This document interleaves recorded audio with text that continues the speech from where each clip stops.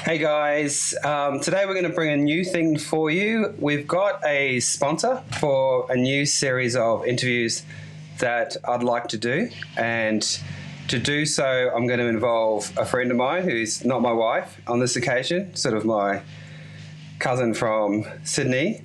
So I'm going to call a friend and we're going to have a quick chat. The idea is that we'll have a quick chat in the time it takes to drink a cup of coffee about salon life, COVID. We'll talk about our sponsor a little bit and all that stuff. You'll probably know who this guy is. You might have seen him around before, but let me just call this person here and we'll see if he picks up the phone.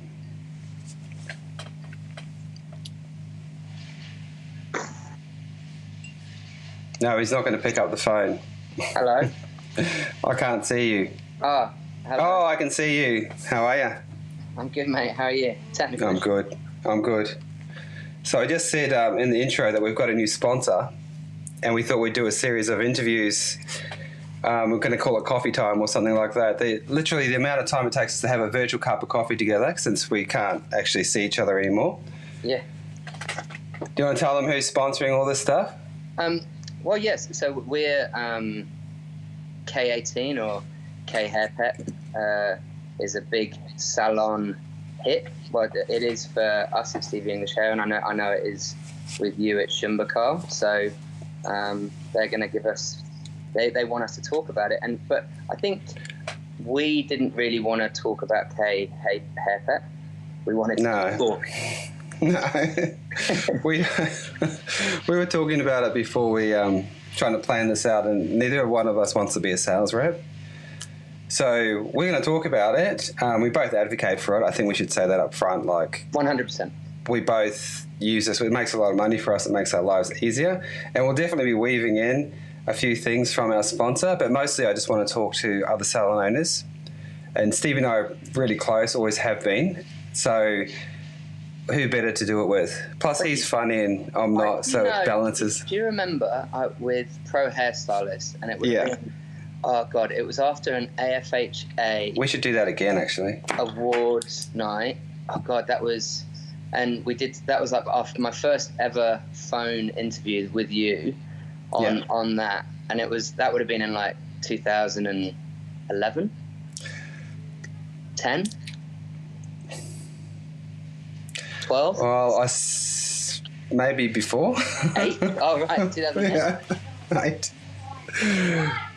It was a bit before because it was just when Tia was born, who's now 12, and she's out there now. Oh, my God. Stevie, actually, the salon had just started. Stevie English Hair had just started. It was just a few months old. So many years ago, Steve and I had a business together called Pro Hairstylist, which was before its time. And we sort of, it wasn't going, it went for years, but we really didn't have time to commit to it. And unfortunately, we let it go and we should have kept it. Yeah. Absolutely. Hang on a second. I need to do this, mate. How'd you get? I'm homeschooling. It's very important. Oh, mate. There you go. Right. World's best dad. Yeah. Hey, I've got one I got covered. It's just missed a bump. That's it. So we should have kept that one, Steve. You were right. I was wrong. Should have held on to that one and had a media empire. But we'll do it again. Doing our lives, salons, raising children. Oh well, they're bigger now. We can do it again, maybe. Well, let's kick it off though with an interview series like we discussed with other salon owners. So our idea is that we'll just do a virtual coffee. Well, I'm going to hit Stevie with 9 questions. He's going to hit me with 9 questions towards the end. Some of them serious, some of them not so serious. And then you're doing serious, I'm doing not serious. Is that? Yeah, probably. And then we'll try and do one each a week for the next 9 weeks, and then I'll make it 18 as well. And just hit up some friends. I just want to know how people are going with COVID, how people are going in the current climate here in Australia, what's working for them, what's not working for them, and if they're having any hassles. Like, I'm boring, right? We're not having any hassles. But are you having any hassles? Yeah, when you say you're boring, you're not boring. I mean, I think one of the things that I like about you is you are all in or you're all out in terms of when you're focused into something, right? You are there. And COVID made me focus so hard, and I love it when I'm like that. I mean, I was so into that drama and controlling the situation. Like, it made me very calm, you know, Yeah. and because of that, we don't have too much going on that I can complain about. Well, that's your personality. So, I mean, COVID as what's happened over the last, God, how long's it been now? It's not been that long. 10 weeks? March, end of March, April, May. Yeah, maybe 8 to 10. Yeah. It's not that long. Look, and like you, so Stevie English Hair, so I own Stevie English Hair with my wife Mel. We're a couple partnership, and I think that you have the yin and the yang, like you guys do. Yeah. You know, someone does business, someone does creative, someone's right, someone's wrong, and so it takes to. I think I would say that I'm wrong. It helps because there's two of you sharing the burden. A lot of salons just don't have that person to bounce off, that support. Yeah, and it makes it it can make it fantastic in so many ways, and that there can be some. So if you disagree about a staff member, that always pops into at home, and that can be a problem. But on the whole, we're pretty good, and I think over the years we've worked out systems around how that works. Yeah. But COVID itself, we are back operational. We did shut for 3 weeks. Okay. Yeah, we didn't. Say that again? We didn't shut at all. No, you didn't. No. And I think not. And you got to be careful because I took myself off Facebook the end of last year because I just found social media not helping me.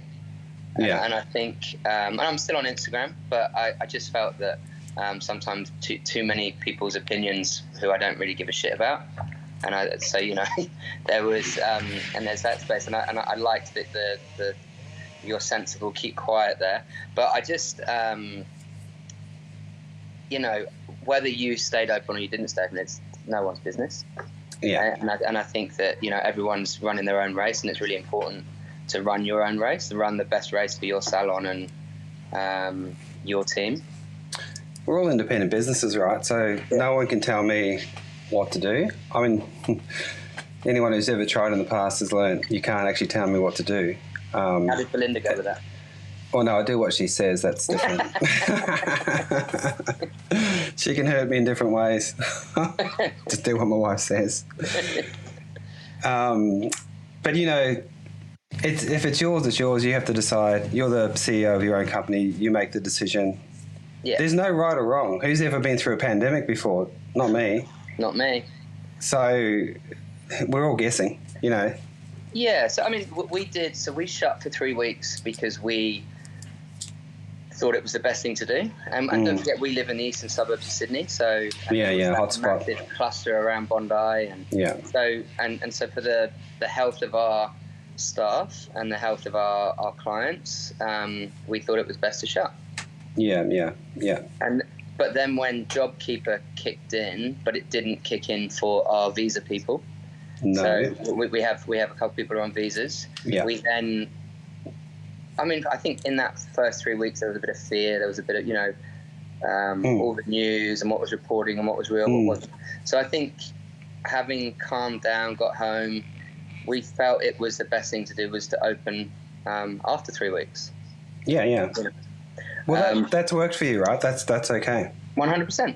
100%. Yeah. But also we had we've gone into 2 teams for the social distancing. So we've opened an extra day and we're open longer hours. But we have done, so we've got a Monday, Tuesday, Wednesday team, which Mel heads, and we've got a Thursday, Friday, Saturday team, which I'm in charge of. So and it means that we can space our clients by listening to government policies and procedures and all that. So that's the space we're in now. Okay. Well, that sounds good. Yeah, I mean, the key thing is you got through, the team got through, the business got through, the clients got through so far, assuming there's not a second wave so far. So that's all that counts. That's your job, right? Yeah. Like as soon as it hit, all I could think to myself was, my job is to get everyone through safely. Yeah. That's my job, so So that's what we did in a different way to you. But that's the underlying thing for all of us. Like, just get through safely, get ourselves sorted. But hopefully we're seeing the light at the end of the tunnel now, and maybe we can start to rebuild. We went down 37% turnover. So your number would be harder because you shut down, so you won't know. 3 weeks. Yeah, you'll need to be open for a month to see where the impact is. Well, also, I mean, our team works 27 hours a week now. That's right. So there's, rather than your 38, so there's less appointments. That's right. Yeah. So the salon, is down, even though that is longer than we normally would be open. The team are fully booked though, which is good when they're in. Yeah, we're busy. We're full. Like, we're full enough. We don't want to. Our chairs. You've been in our shop. I've been in yours. Our chairs are 1.8 apart. Yeah. So 10 or 11 on the ground floor. We've taken the 10 out of the top and changed it to 4. Yeah. But hypothetically, we could have 22 people on the ground floor, including staff, and we could probably have another 10, 12, depends on what space you want to count, upstairs. Yeah. That's a little bit too much right now. That's too full. I don't want that atmosphere where the place is like, on a Saturday or peak time for us, it's like a bloody rock concert and there's so many people, and I don't want that feeling right now. No. So we'll keep it suppressed. And although that it does feel that we're in a safe place, in terms of there's not much community. Safer. Yeah. But we're the same. All the gaps, we've taken every other chair away, even That's though right. we probably could have kept everyone. We just thought it would be. Yeah. You got to do the right thing. Yeah, you do. Are you having any staff issues? Is everyone coping?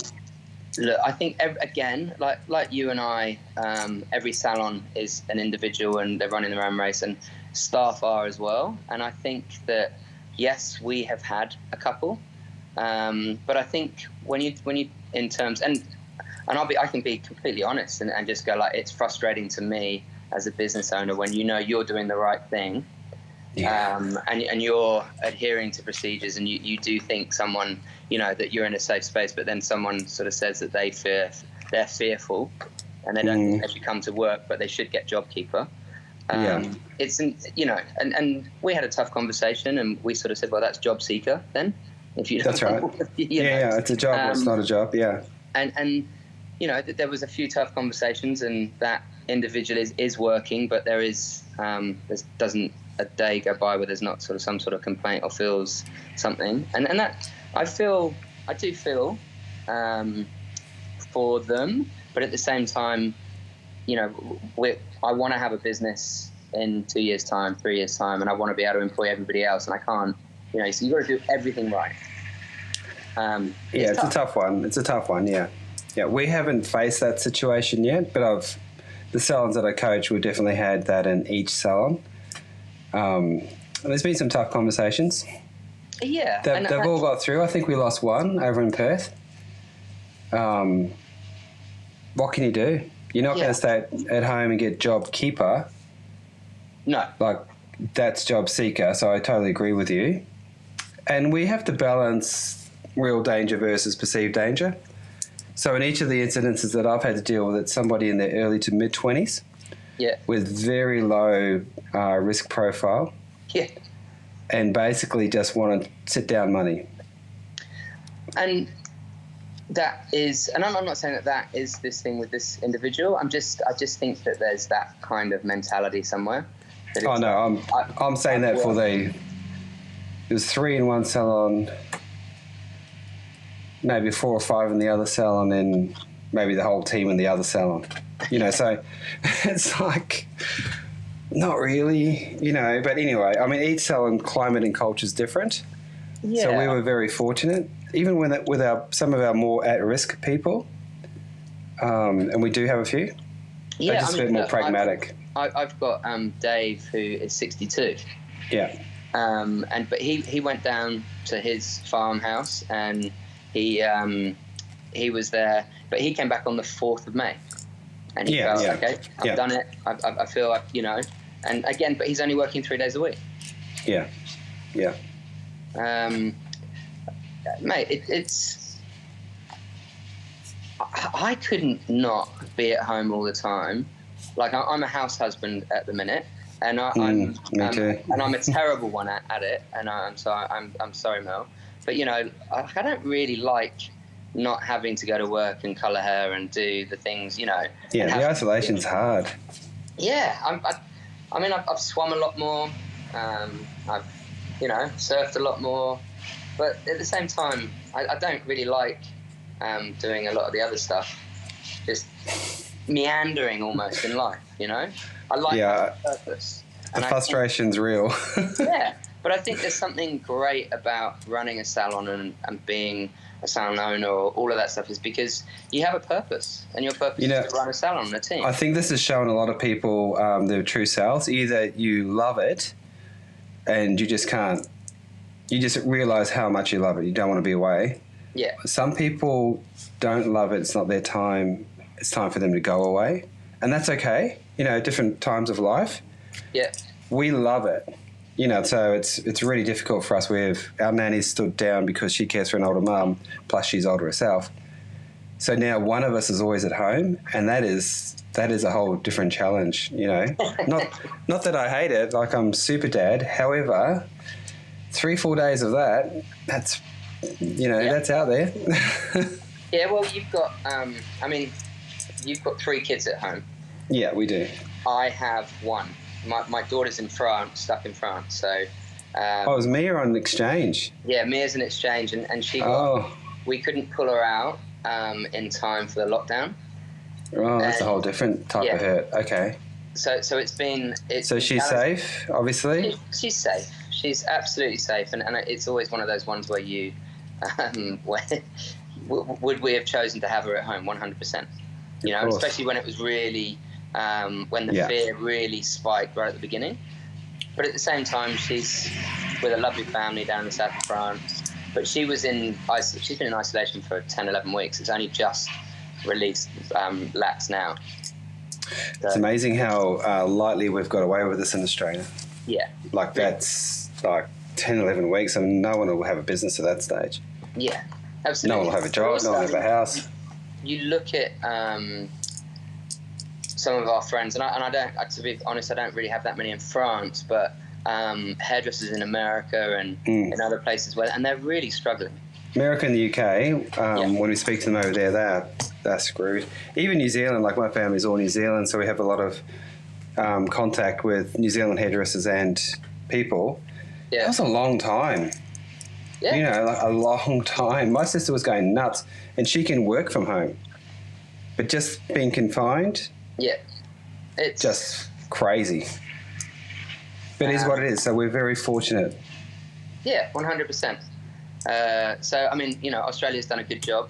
Yeah. In terms, I think, you know, I won't get political, but you know, I think where we live has helped. Oh yeah.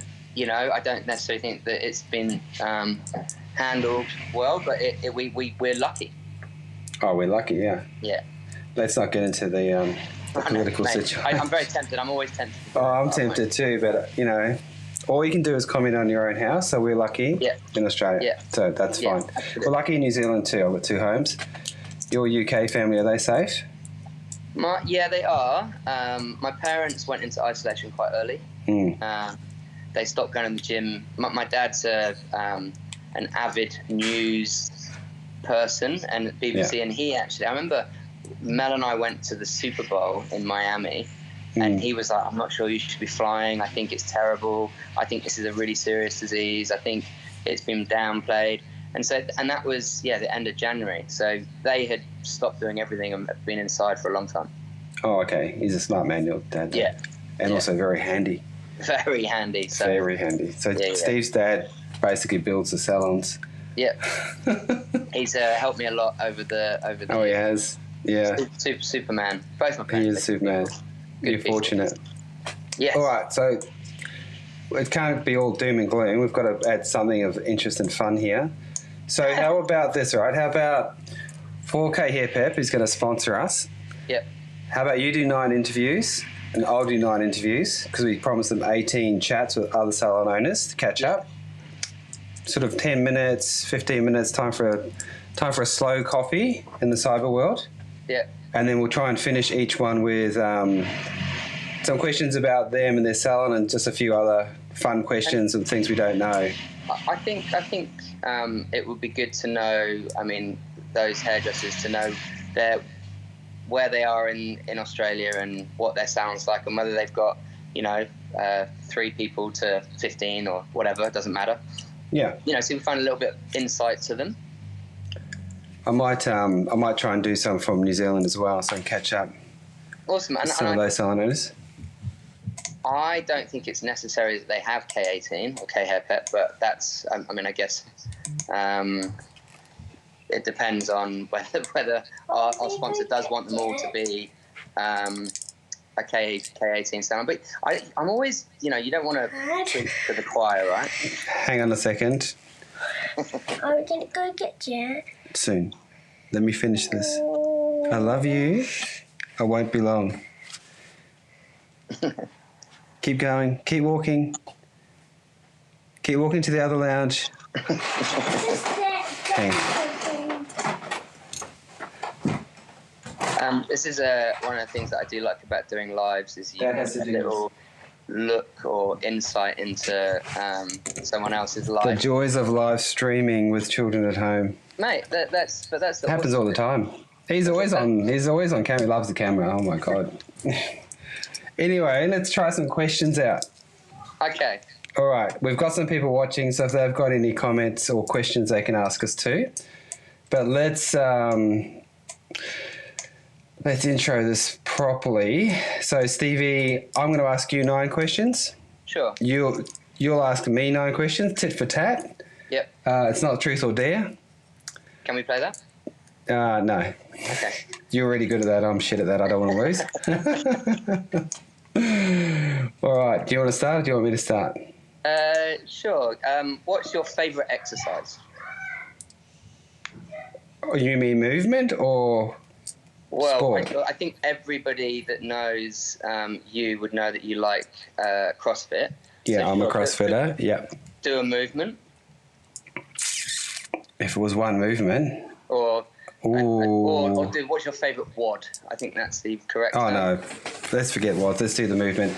Squats. Any form of squatting is good for me. Yeah. Got short legs and a big ass, so that always works well. You've got a nice, strong, firm bottom. Strong glutes, yeah. Okay, good, very good. Runs in our family. If you've seen my wife, she's also a great squatter. Yeah. All right, Stevie. Now, I don't want these all to be serious, Steve, because, we've got to be... I'm going to do my best not to be serious, if that's okay. Yeah. Let me see. I've got a list of questions here.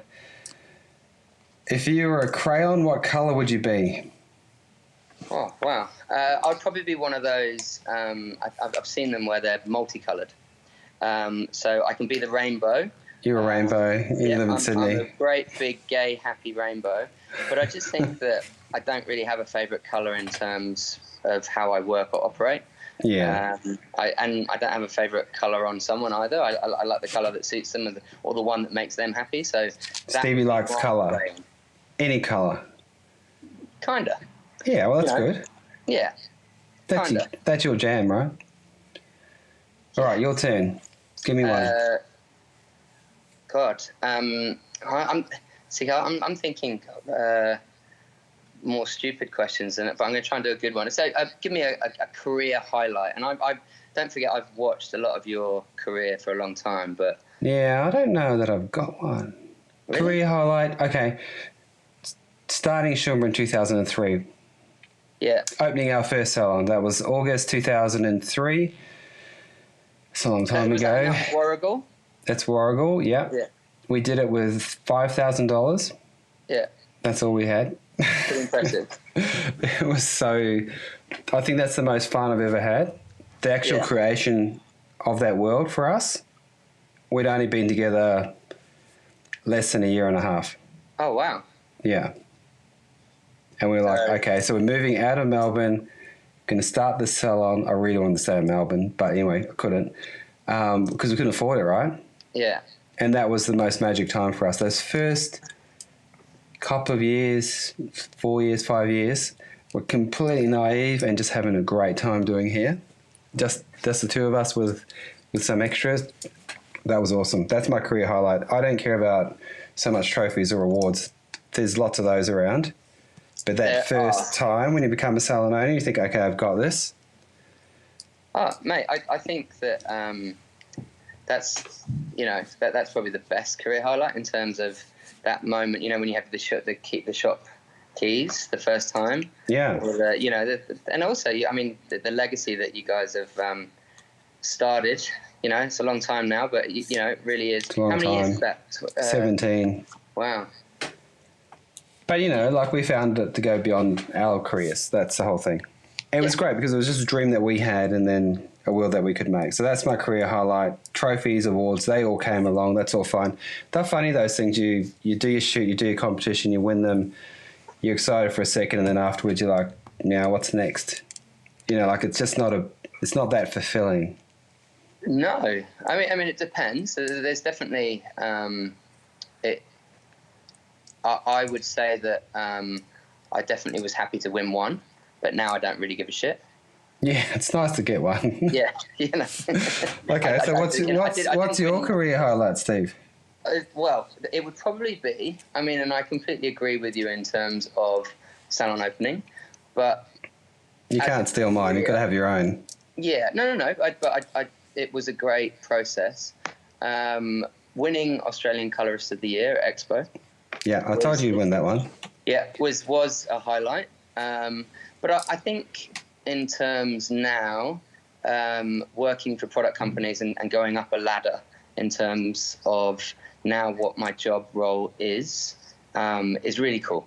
Like I've gone beyond the salon. I've gone beyond shooting for competitions. I now work for a product company and I'm doing some corporate stuff, and I actually really enjoy that. So, brand new adventure. It's amazing how multi-layered a hairdressing career can be. Yeah. You start off sweeping the floor and then next thing, what is the next thing? There's no next thing. It's always just the journey. People don't get that with salons. We should make sure we cover that with our interviews. Yeah, I think Stevie English Hair is 12. I definitely think it's a journey. That process. Ongoing. Yeah. Ongoing. Can you hear a truck? I've got a tree crew here at the moment. Anyway, they can go and have their lunch. All right, my turn? Yes. Is that 5?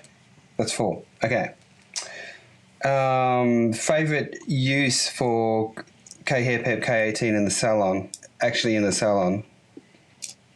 So I use the serum before every colour, especially in powder. So anytime I'm powdering, so if I'm lightening anyone's hair, I will always serum the hair, especially through, we know, high risk areas on a powder lightener, which would be temple, in around on your back, and sometimes I'll hit crown as well. So I will go everywhere, but that is my number one tip. Would be the serum. I love it. Cool. Your turn. It's such a hero product, though. And I know but I cannot sing its praises enough for stuff like this. I just don't get hair breakage. So we don't do hair breakage. That's a misnomer, actually. When you're pushing colours to the extreme that you do and we do, it's got to be on the head when they leave, and it's got to be ready for the next colour. So no fadage, no breakage, no, nothing. Natural fade, depending on the tone, but yeah, it's just a no-brainer. Yeah. It really is a winner. Yeah, it is for us. Okay, let's go. We better speed these up. Taking too long. I've got shit to do. Your fave interview question. When you're interviewing a hairdresser. I always say to them, "How are you?" And that can go anywhere. They can go upside down, sideways, and backwards. Yeah. It's amazing, because people have their can up. I'm fine. I'm good. But actually, how are you is a different question, and you just never know the answer because we have a really stressful, business life. Small business is stressful, You'll be surprised at the answers I get from that. I'm not going to share any, but they get, big. Yeah, do you have, just on a side note, do you have a list of questions when you're interviewing someone? No. I do. No. You like that? Yeah, I do. And underneath my questions, I have a list of the answers that I'm looking for. If I'm on a stage, I will have the questions written down. Yeah. If I'm in a studio, I'll normally have a scratch pad like this, and I have an outline, but I let the interviewee speak to, because when you're interviewing someone, it's not what I say, it's what they're sharing. Yeah. Oh, no, 100%. But often if I'm, and I'm sort of talking about when I'm trying to find a new hairdresser or a new apprentice, I've got those questions. It's the same things. Cause I know what I know for a job interview? Yeah, for a job interview, it's completely scripted. There's two pages of it. I don't do job interviews. Sorry, that's what I meant. Yeah, I don't do job interviews, so I don't. Yeah. Yeah, I'm not good at job interviews. I hire everyone. I'm like, you'll be awesome. And everyone, Belinda and Debbie would be going, no. Because I just think everyone's awesome. I only see the good part of someone until they prove otherwise. Until they're not. Well, and then I'm not that good at calling it quits. So I don't hire, I don't fire. Right. It's not my strength. I have too much empathy for the person. So if they're screwing up, it's definitely something I've done. Whereas Debbie, particularly our general manager, is just black and white. It's far fairer to be that way. Yeah. Whereas I get emotionally involved. I'll protect them when I shouldn't. Good. I mean, I and I've said this to Mel, that if you hire someone, and when you're hiring them, you have to be able to fire them. So that's why you need to ask them all the questions. Yeah, but you're good at that. I just recognise I'm not good at it. Yeah. You got to play your strengths, right? Another question around that later, but all right. Well, you can just follow up. I'll ask a question on that. How many staff do you have? The reason I had to look up and think about that, because we did actually lose a couple at the beginning of the year, but I think we've got 14. 14, yeah, cool. Yeah, 14 now. And we're in one salon, so which is much easier. Yes, it is. I can't complain. I've got 2, but one's on automatic. One's just, brilliant. Well, I wrote, so it's a very Khairpep thing, but other than the financial side of K18 or Khairpep, why do you like it? Why do I like it? Yeah. It works. Most things don't work. Yeah. Like most things that we're given from a product company kind of work sometimes in the right setting. There's not much that can go, that's going to work every time on everything. There's no other product that does that, right? Yeah. So it's always, you've got lots of specialty tools, but this is a generalist tool that's actually better than the specialty tool. It's very weird. Like whenever I talk about it, I try not to go on too much because it sounds a little bit, too much. But if you've tried it, you know that's just, but I tell people don't put it in if you're a big Kerastase salon or Olaplex salon or something like that. Don't use it. And the reason is it'll destroy that other business. So if you're making a lot of money from Kerastase rituals, don't put in Khairpep. Right. You'll lose money. Well, you probably gain money, but you'll lose money because Kerastase won't pay the rebates. That's how they get you. Yeah, I mean, for me, it's such an easy one. I like it because it's quick. Speeds everything. It's really easy to use. So, you can teach an apprentice within, 5-minute chat, and this is why we're doing it, and this is what you got to do. And then your clients just see how easy it is, but it does walk out the door. But the repeat and selling or the repeat buys is what I love as well. Because now people, once they've got it, they just want to keep it. Okay, well, I'll ask you a question on that. How many units do you sell a week? Oh my God, Carl, that's Mel's job. I'm the creative. I can tell you on the last week in my 3 days, so in my 27 hours, I sold 16 of the large, and I think that's 4 or 5 of the triple pack, the trial packs. Oh, we don't sell that one that well, yeah. There's always, I think sometimes if someone's, especially because we've got a few university students around our area, so the demographic, and you'll explain that it's, much better value going to the big one, but maybe their budget doesn't quite go there. Yeah, or they're not going to be a heavy user. But all right, we're up to number. The statistics that's Mel's job. Okay, I'll talk to your wife then. Yeah. All right, this is number 10 from you. What's your question? Oh God, I love, right, and I think, what are your strengths? Because you talked about I don't do that in an interview because you're not good at it. So I was like, what are your strengths? That's a hard one. I work hard on my weaknesses to make them strengths. Yeah. But I have very good vision. So I know where we're going and I know what's going to happen. That's my main strength. So I know I'm not good day to day. I'm not good in this moment, but I do understand what will roll out next and where we're going. That would be my main strength. That and the ability to have no ego with, and this has taken a long time because I certainly had to battle my ego. I'm more than happy for someone to be better than me at something, especially if they're in my company. Yeah. So that I can pass that baton along and let them do it. Oh, I think one of my favourite sayings is, if you're the dumbest man in the room or person in the room, you're in the right room. Yeah, it's a hard one to get to, but that requires you divorcing your ego. And I think now that I'm 50, I have, but for a very long time, like most men, I have a massive ego, and I wasn't prepared to do that. So that's probably my strength, lack of ego now. That's good. That's great. I'd like to be the dumbest man in the room sometimes, but people disappoint me at times. Well, fortunately, I'm nearly always the dumbest man in the room. Yeah, I don't think so somehow. All right. Question number 11. What is a fact about you that people may not know? A fact about me that because I've got one about you that they may not know.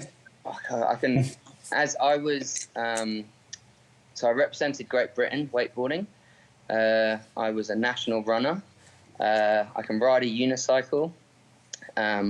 What else? There's three. Yeah, that's an interesting one because people may not know that because they know you for, being a party boy and all the rest of it. Yeah. But I often say to people like Stevie's the best athlete I know that's no longer an athlete because you can do most things, right? So you're a Great Britain champion in the under 9s, 400 metres. I just represented. Okay. So I wasn't a champion. Yeah. I was in the squad, but I think there was like 20 of us in it was a cable wakeboarding thing. But I was in the top 20 in Great Britain. What about when you're running? But I think I was 17. The great thing about getting older, the older I get, the better I was. Oh man, I was amazing at most things. Thinking back. So, right. But yeah, I think the funny thing is, I always imagine that your kids are going to be the same as you, and they're really not. Neither of my kids like sport. Two of mine do, but Belinda's an athlete as well, so they've grown up. She's a great athlete. Yeah, very good athlete. So, yeah, I don't know. We've got a couple. Yeah. The little one's a beast. The little one's ridiculous. Oh, really, Jet? Oh, yeah. No. Ruben. Jet's a good athlete.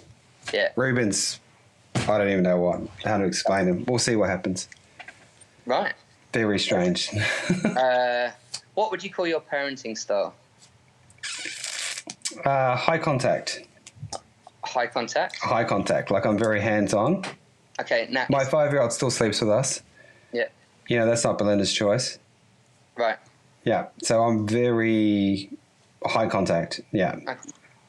And does that is yours, similar in the salon? Obviously, you don't sleep with your staff. No, well, I do. I sleep with my wife. Okay, one. Good. I'm glad. Yeah. No, I'm more aloof with my staff.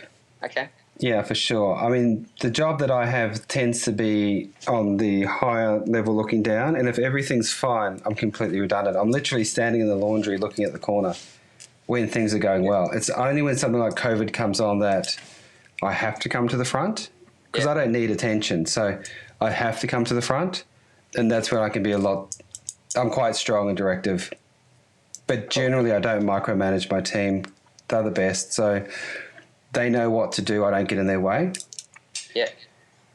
Unless they really need me. During COVID, they really needed clear leadership, and then obviously you give it. Yeah, but I try not to squash my people. That's great. Yeah. What number is that one? That's number 12. All right. Who inspires you, Stevie?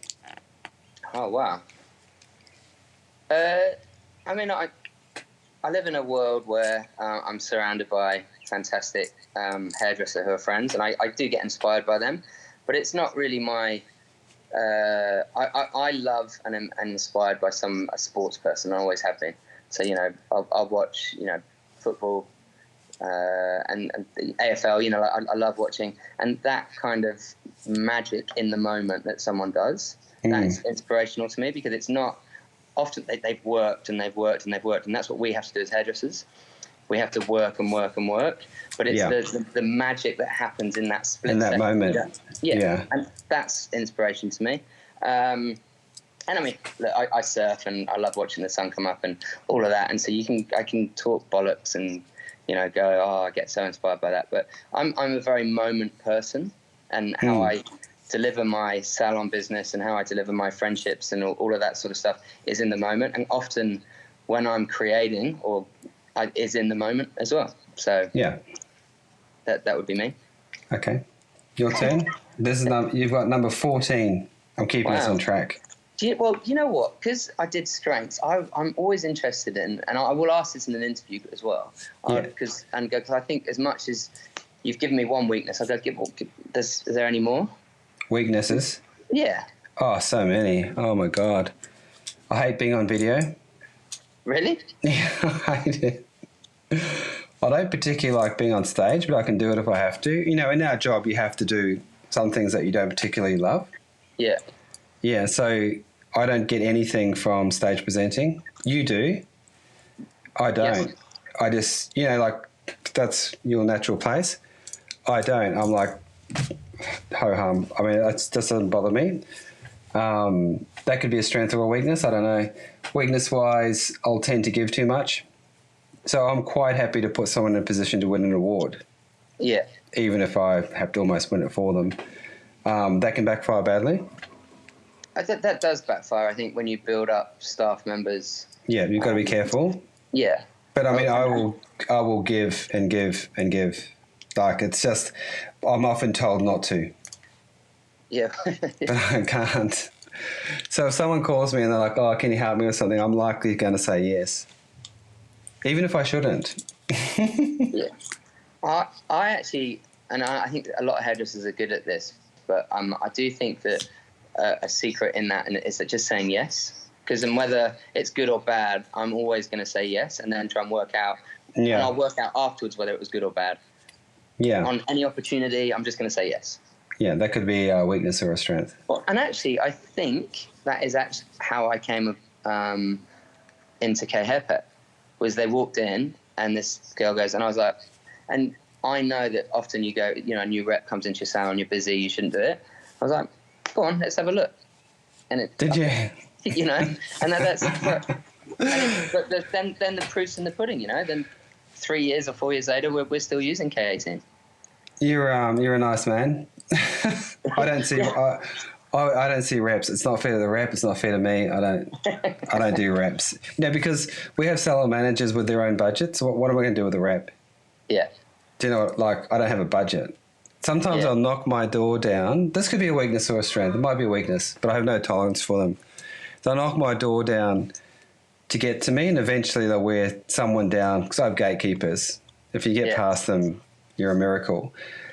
And then I'm just sort of sitting there like, what are we going to talk about? I have nothing to help them with. They don't get that. Our company structure, I have no budget. Yeah. Oh, do you want to try this or that? And I'm like, I have no budget. What are we going to do? Order off Debbie's budget? Like, that's not going to happen. Order off Colin's budget? Not going to happen. I have zero money to spend with you.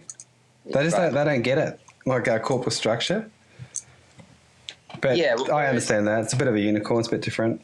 I was about to say that your salon structure is very structured and very impressive, but it wouldn't work, No, like I don't make all the decisions. Yeah, because I've got one brain and then I've got 20 other people with a very good brain as well each. I can't make every decision. What? You know, I'm not that smart. No. But I do. I remember years ago you told me don't talk to reps. You know, they can make the time to come and see you, but don't. But that's me. It may not suit you. No, mate. I enjoy the laugh in the salon, but definitely that was definitely how I got K18. Yeah, a girl. Good on you. Hang on a second. No, 5 more minutes, okay? Give me a kiss. Give me 5. Give me 5. He's still got his pajamas on. How good's that? Shut the door. Pop your slippers on. Keep going. You know what he wants. He wants a cheeseburger. Oh. Every Wednesday after school, he's allowed to have a cheeseburger. Once a week, he gets a cheeseburger. Yeah. Because he's Mr. Junk, right? So he's desperate to have his cheeseburger. It's 2 o'clock. Awesome. Yeah, I know. Whose turn is it? My turn? Yeah, what did I ask? I can't remember what I asked. Yeah, I can't remember either. See, I love how structured you are because you're looking through and I'm like... I've got a list, but anyway. All right. Where do you come from, Stevie? Not figuratively, literally. Yeah. Okay, I hail from England. My dad's London. My mum's, well, she's Irish originally, but and I sort of was. I went to boarding school in Taunton. Somerset. Yeah. Somerset. We might have talked about that as well. There you go. So I'm English, but a dual nationality now. I'm Australian as well. I'm very happy with that. Married to an Australian with Australian kids. Yes. All right. You've got 2 questions left, and I've got 1. Make them good. Oh wow. God. So I've just done. So I think one of your fortes over the years is your reading and all that. Give us a podcast or give us something that you think could inspire anyone listening to this, or you know that kind of what's your 3 top podcasts that you would recommend right now? Yeah, well, okay. Or one podcast. You know, I know that you've always got something on the go. Oh mate, yeah. Hang on, I'm just opening my phone to figure out what books I'm listening to right now. You won't like these. Do you always listen to books rather than read? I don't get time to read. I do read a lot. I don't read as much as I would like to, but yeah, no, a lot. Okay, podcast. I haven't been listening to that many podcasts. I've been YouTubing mostly lately, to be honest. Yep. But okay, so the top 3 books that I've been listening to lately on Audible. One's called Data Driven, which is as dry as old toast. I don't think you want to be into that. But if you like anything to do with web, digital marketing, stuff like that, maybe a few conspiracy theories about how much knowledge these companies have about you, Data Driven. Yeah. Second one, what I was listening to a lot actually during COVID, I think this is a really valuable one, is called Principles by Ray Dalio. He's a famous investor in America, but the thought processes that he goes through are really strong. And I've given this book to a lot of my coaching clients. They don't read it because it's big. Yeah. But I had to direct a lot of them to go back and read chapter 4, such and such section, and then call me. You know, when the panic was on, you've got to be able to. It's like sport, right? Because we both are into sport. When you're in a high pressure situation, you've got to stay with your processes, like keeping it real, and stop imagining things you can't control. So what can we do now? So Principles covers things like that, and the sporting zone that you understand and I understand as a really calm place where everything slows down. That's how I felt during COVID. For me, everything was slow, everything was comfortable. Whereas in normal day life, sometimes things are a bit boring, sometimes things are not moving the way I want them to, and are very distracting because of that. In a high pressure situation, I become more calm and clearer. So I had But to that's have... because you're process driven. No, that's because I'm sports driven. Like, I understand how to hit that moment. Yeah. Like, I will perform on that moment. So, but then I have It's a pressure. principles discusses that in detail. And I had to have quite a few of my clients reread that. Even though I'd given it to them in the past, they just had to go back and just figure this out, you know? Because it was the most high pressure situation most of us will be under, you know, hopefully. Christ, I hope it doesn't happen again. Okay, so that's number 2 on my list. And the other one, which is a little bit lighter, but probably as powerful, if not more, is called the 80-20 Principle by Richard Koch. I've read that. I've listened to that book maybe 5 or 6 times. So I'm always looking for that 20% that or less movement that'll give me 80% more value or 80% better performance on anything. So I spend a lot of time trying to find those little leads that'll take me to a big lever to pull and have a big result. Now, Khairpep's one of those, you know, for us. There's a lot of things that I could do, but none of them actually worked for our treatment business and none of them performed as well.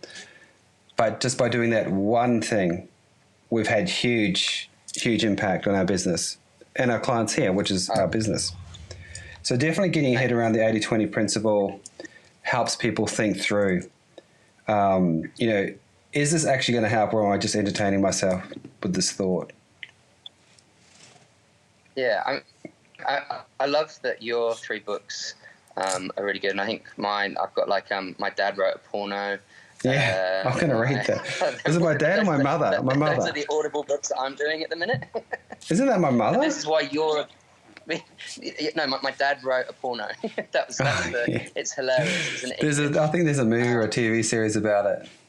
Look, when I wake up in the morning, my brain's very hungry, and my daughter's the same, and it must be fed. Right, so I won't do any entertainment in the morning. I have to feed the brain. Right. It's like I wake up and it's absolutely screaming to put something in it. Well, there you go. This is why you're a business coach and I'm not. This is why I'm so distractible. But I try and learn everything every day. Maybe that's a strength. If I can learn one thing every day, we're going forward. You just don't know where that one thing will take you, right? Absolutely.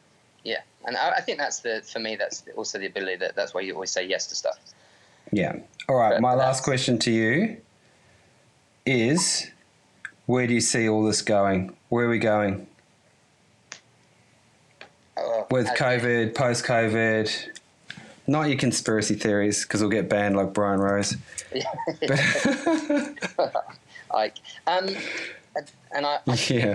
I could go down a conspiracy theory. I mean, I think that potentially COVID, you'll see the better salons, the better entrepreneurs. You'll see the better. A lot of that dead wood will have gone almost. Yeah. You know, I think the businesses that have a good foundation will stay. But I also think that some of our practices will, you know, I've been talking about a cashless society for a while in a hair salon in terms of moving. And don't get me wrong, I love cash. But in that fast-moving type society, in your Uber, the cashless society where, you know, it's already paid for, it's done, it's this. So, I mean, all of a sudden that could be more of a thing. And I think that, the salons that looked after their staff, those salons are going to be good, and anyone that didn't, I think potentially you'll see people moving, or you'll see things, and or you know that they just can't withstand the pressure of the money and all that. Beyond the one really good thing I do see is that people love hairdressers, and I think that I saw those, you know, the memes. Oh, you're just a hairdresser. Now it's like, actually, you know, you really want us. Yeah, we never subscribed to that. No, we didn't. But it's like, no. We don't sell here. We sell relationships. We've had some of our people for 20 years, more. You know, like, you don't replace that. No. So, and because of the social isolation, they understand that that's a very strange, unique relationship. You don't have the same dentist, doctor, school teacher, lawyer. Well, I mean, I do, but for 20 years, Like, Of course you do. yeah, I do. He's a good one. Not 20 years, 15 maybe. But, you know, like, that's very unusual in our society currently. Yeah. So, but in terms, I think, you know, in society, maybe there's going to be a little bit of a shift in focus on what people consider to be essential. Yeah. You know, or important. So, yeah, absolutely. And family life comes into that. Your hairdresser comes into that. I think, you know, where people have been so aspirational on how much money can I get, maybe it's like come back to older school values. I'd hope so. That'd be nice. Wouldn't it be nice? Yeah. Yeah. Everyone's been so much nicer, actually. Yeah. Less rushed. All right, last question. All yours. God. Before we wrap up, because it's been a long cup of coffee. Yeah, I have finished mine. It would have gone cold otherwise. I was going to do something like stupid, like, you know, who's your favourite Spice Girl? Or I've got that written down here. Have you? Which one? No, I've got the question. I don't have an answer. Well, you can tell me your favourite while I come up with another one. I think I had a favourite. Yeah, no. Well, I definitely like Scary Spice. I thought she was the hottest. She probably was, actually, now I think of it. But now you look and you go, what, posh. I was in England when they were huge too.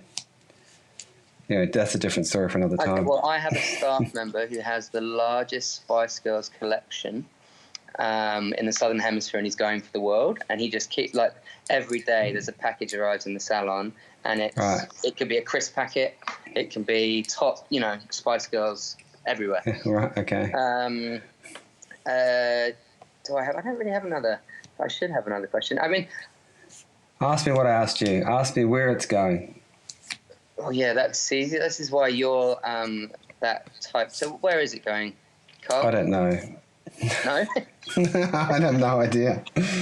I don't know. But I think what we'll see, I agree with you. The stronger salons will survive. I think the smaller salons will survive. I don't think it's a size game. I think it's the better leaders and the better salon culture you have, the more resilient you are. Yeah. And the stronger the relationship you have with your clients. Like we try very hard not to be transactional with our clients. So we really do want clients for life. And that's not always possible, but we're not into coming to us once. You know, like, it doesn't give you much. It's like a series of one-night stands. We go with long-term relationships with our clients. Yeah. And that's why I think we got through well, with least drama to the whole thing. And we do have a great salon culture with strong underpinning values. And that meant no one was outside the lines, you know, so we didn't have a staff rebellion, we didn't have a client rebellion, we didn't have anything too dramatic, and it's based on trust and communication and doing the right thing. Yeah. So hopefully that's will keep us in good stead. I mean, but that's why we recommend Khairpep, because we trust it. Yeah, I mean, we know the people behind it, so we trust it. Every relationship we have with a product company needs to be like that, though. So they're not unusual to us. Like, every product company is held to the same standard. Yeah.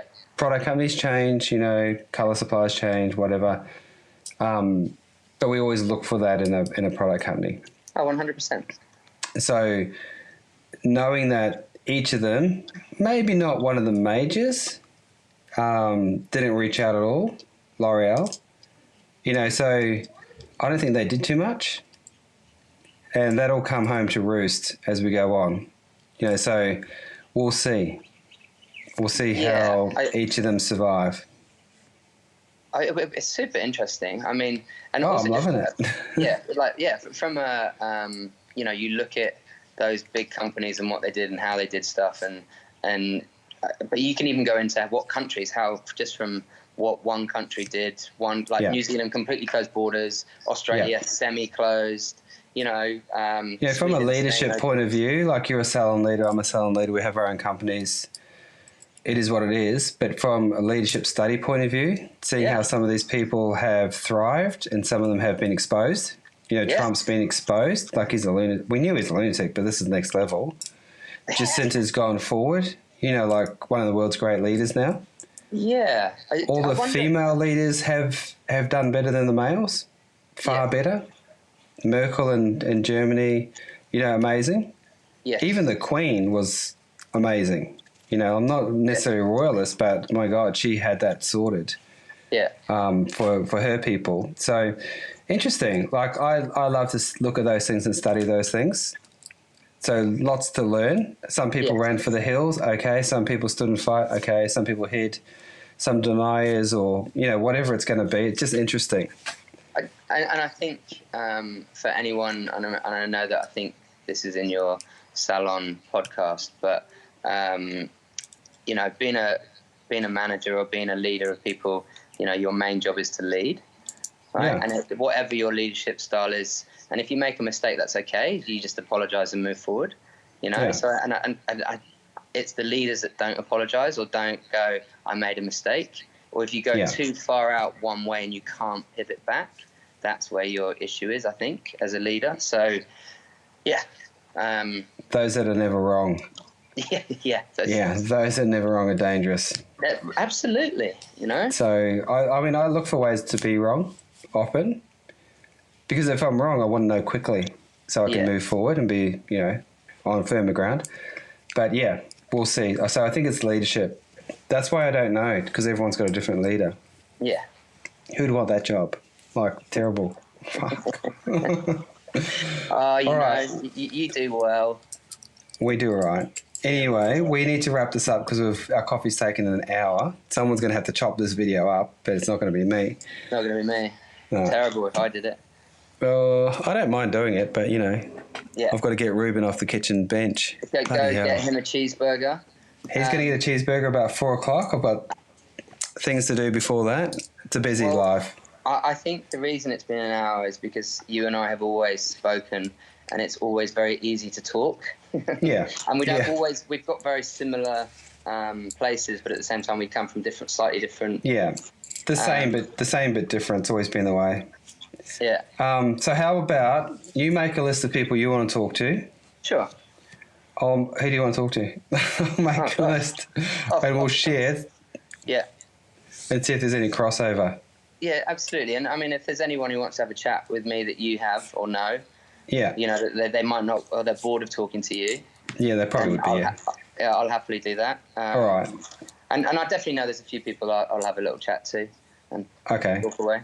All right. Well, you do one day, I'll do the other day. So maybe we'll do a Monday, Wednesday. Sure. Monday, Wednesday. We'll work it out from there. Or so, we can record it and then they can put it up because it'll either go. We can record it whenever and they can chop it up. Yeah.